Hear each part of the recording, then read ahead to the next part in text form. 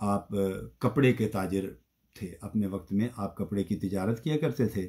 کیونکہ یہ آپ کا خاندانی اور آبائی پیشہ بھی تھا۔ لہٰذا آپ نے اپنا کاروبار جو ہے وہ 40,000 درہم سے شروع کیا، اور پھر بعد کے وقتوں میں آپ نے مختلف ملکوں کا سفر کیا، جن میں یمن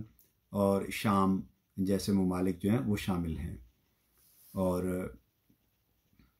آپ اپنے بزنس کی وجہ سے، اپنے کاروبار کی وجہ سے بہت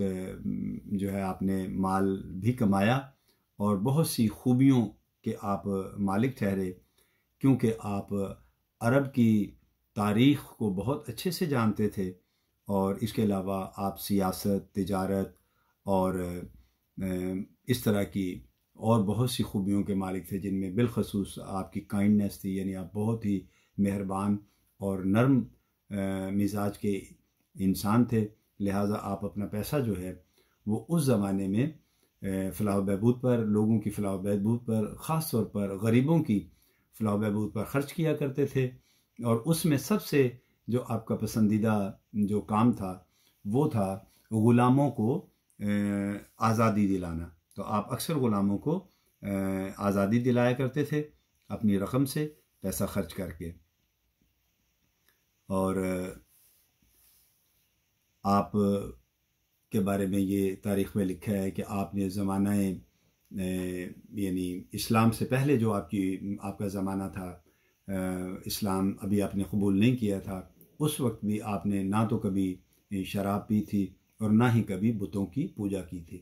بلکہ ایک مرتبہ آپ کے والد گرامی آپ کو خانہ کعبہ میں لے گئے، اور بتوں کے سامنے لے جا کر انہوں نے کہا کہ یہ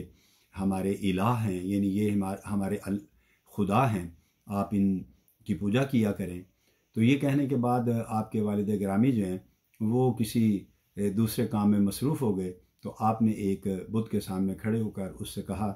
کہ مجھے بھوک لگی ہے، کیا آپ مجھے کھانا دے سکتے ہو؟ تو اس نے کوئی جواب نہ دیا۔ پھر آپ نے کہا کہ مجھے اچھا لباس چاہیے، کیا تم مجھے اچھا لباس دے سکتے ہو؟ تو وہ پھر کچھ نہیں بولا۔ تو اس پر آپ نے جو ہے وہ ایک پتھر جو ہے، ایک بڑا پتھر جو ہے اس کے اوپر گرا دیا،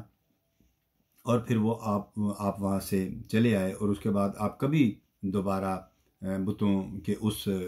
یعنی حصے میں کبھی نہیں گئے بتوں کے سامنے، اور نہ آپ نے کبھی ان کی پوجا کی۔ ناظرین، آپ مردوں میں سب سے پہلے اسلام قبول کرنے والے شخص ہیں۔ آپ نبی کریم علیہ الصلوۃ والسلام پر ایمان لائے اور اسلام قبول کیا، اور ان کے تا عمر ان کے بہترین قریبی، وفادار،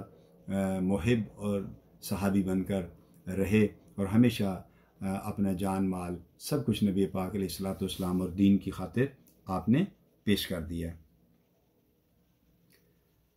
اور اس کے علاوہ ناظرین، آپ کو صدیق کا جو ٹائٹل ہے، صدیق کا جو لقب ہے، یہ اس روز ملا جب نبی پاک علیہ الصلوۃ والسلام نے اپنے سفر معراج کا قصہ، واقعہ جو ہے وہ اپنے اصحابہ کرام علیہم رضوان کے سامنے بیان فرمایا، تو حضرت ابوبکر صدیق رضی اللہ تعالیٰ عنہ نے وہ واقعہ سننے کے بعد عرض کیا کہ بے شک میرے آقا علیہ الصلوۃ والسلام سچ فرماتے ہیں۔ تو نبی کریم علیہ الصلوۃ والسلام نے حضرت ابوبکر صدیق کے اس تصدیق کرنے پر آپ کو جو لقب دیا، جس لقب سے نوازا، وہ ہے صدیق۔ اور ناظرین، جب نبی پاک علیہ الصلوۃ والسلام نے مدینہ شریف کی طرف ہجرت کی، تو اس وقت بھی حضرت سیدنا ابوبکر صدیق رضی اللہ تعالیٰ عنہ ہی آپ کے ساتھ تھے، یہاں تک کہ آپ نے نبی پاک علیہ الصلوۃ والسلام کو اپنے دوش مبارک پر، یعنی اپنے کاندھوں پر جو ہے وہ سوار کروا کر غار ثور جو ہے اس میں قیام فرمایا، غار ثور تک آپ لے گئے، اور پھر وہاں پر آپ نے نبی پاک علیہ الصلوۃ والسلام کے ساتھ قیام فرمایا۔ اور وہیں کا وہ واقعہ ہے کہ جب ایک سانپ نے، جو نبی پاک علیہ الصلوۃ والسلام کی زیارت کا متمنی تھا، اس نے حضرت سیدنا ابوبکر صدیق رضی اللہ تعالیٰ عنہ کے پاؤں مبارک پر ڈس لیا تھا۔ تو یہ آپ کی ایک عظیم قربانی تھی، گویا کہ آپ نے اپنی جان جو ہے اپنے پیارے محبوب آقائے دو جہاں صلی اللہ علیہ وآلہ وسلم پر قربان کر دی، اور اس طرح آپ نے ہجرت مدینہ میں آقائے دو جہاں علیہ الصلوۃ والسلام کا ساتھ دیا۔ اس کے علاوہ ناظرین آپ نے بدر اور احد جیسی جنگوں میں حصہ لیا اور نبی پاک علیہ الصلوۃ والسلام کی خاطر شجاعت اور بہادری کی مثالیں قائم کی اور اپنی جان تک جو ہے وہ اسلام کے لیے وقف کر دی، اور آپ نے کبھی بھی اپنا مال جو ہے وہ راہ خدا میں خرچ کرنے سے دریغ نہیں کیا، اور وہ ایک آپ کا جو واقعہ ہے علامہ اقبال رحمۃ اللہ علیہ نے اسے نظم کی صورت میں بھی پیش کیا ہے کہ جس میں آپ نے اپنا سارا مال جو ہے وہ اللہ کی راہ میں پیش کر دیا، جبکہ حضرت ابوبکر صدیق رضی اللہ تعالیٰ عنہ اس دن آدھا مال لے کر آئے تھے۔ تو جب نبی پاک علیہ الصلوۃ والسلام نے آپ سے دریافت فرمایا کہ اے ابوبکر آپ اپنے گھر والوں کے لیے کیا چھوڑ کر آئے ہیں، تو آپ نے بہت ہی خوبصورت الفاظ میں عرض کیا کہ یا رسول اللہ صلی اللہ علیہ وآلہ وسلم، میرے گھر والوں کے لیے اللہ اور اللہ کے محبوب صلی اللہ علیہ وآلہ وسلم ہی کافی ہیں۔ ناظرین، نبی پاک علیہ الصلوۃ والسلام نے آپ کو اپنی ظاہری حیات پاک میں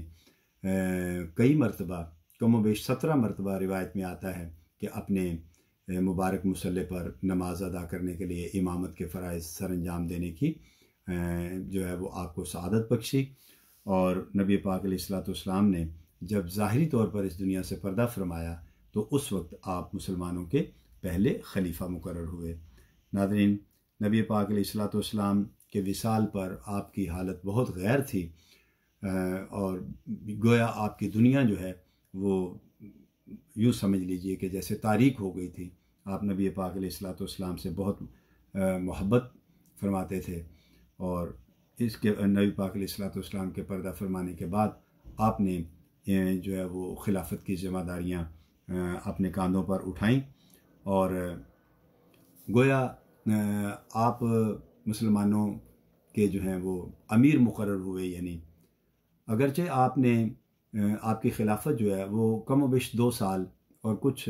مہینے ہے، لیکن ان 2 برسوں میں اس وقت کی جو 2 بڑی طاقتیں تھیں، ایران اور روم، جو غیر مسلم طاقتیں تھیں اور اسلام دشمن طاقتیں تھیں، ان دونوں طاقتوں کو آپ نے سرنگوں کیا۔ اس کے علاوہ جو منکرین زکوٰۃ تھے ان کے خلاف جہاد کیا،